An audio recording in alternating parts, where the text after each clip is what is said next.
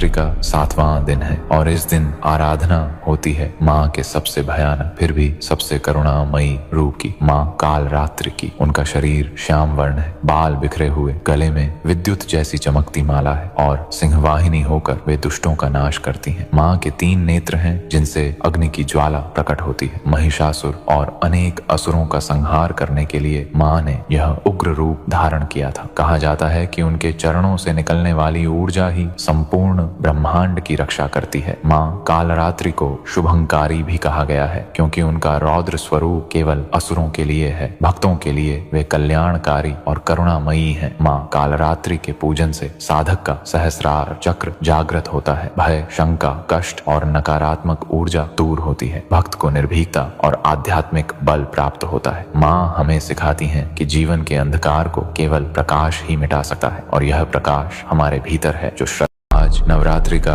8वां दिन है और इस दिन पूजा होती है माँ के अति सौम्य और पावन रूप माँ महागौरी की। शास्त्र कहते हैं कि कठोर तपस्या के कारण माँ पार्वती का शरीर काला हो गया था। जब भगवान शिव ने उन पर गंगा जल का आशीर्वाद दिया तो उनका रूप अत्यंत गोरा और तेजस्वी हो गया, इसीलिए वे महागौरी कहलाएं। माँ का स्वरूप पूर्णतः श्वेत है, श्वेत वस्त्र, श्वेत आभूषण और श्वेत वृषभ पर सवारी। उनके हाथों में त्रिशूल और डमरू सुशोभित हैं। उनका दर्शन करने से मन को गहरी शांति और पवित्रता का अनुभव होता है। माँ महागौरी के पूजन से साधक का मूल आधार चक्र शुद्ध होता है, भक्त को आत्मबल, सौभाग्य और मन की स्थिरता मिलती है। कहा गया है कि वे अपने भक्तों के सारे पापों और क्लेशों को दूर कर देती हैं। माँ हमें सिखाती हैं कि जैसे कठोर तपस्या और कठिनाइयों के बाद भी मनुष्य पवित्रता और शांति को पा सकता है, वैसे ही जीवन के अंधकार के बाद प्रकाश अवश्य आता है। इस पर आपकी क्या राय है? हमें बिगाड़ने वाले ने पूरा जोर लगा दिया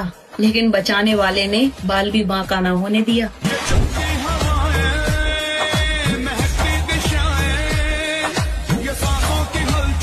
बिगाड़ने वाले ने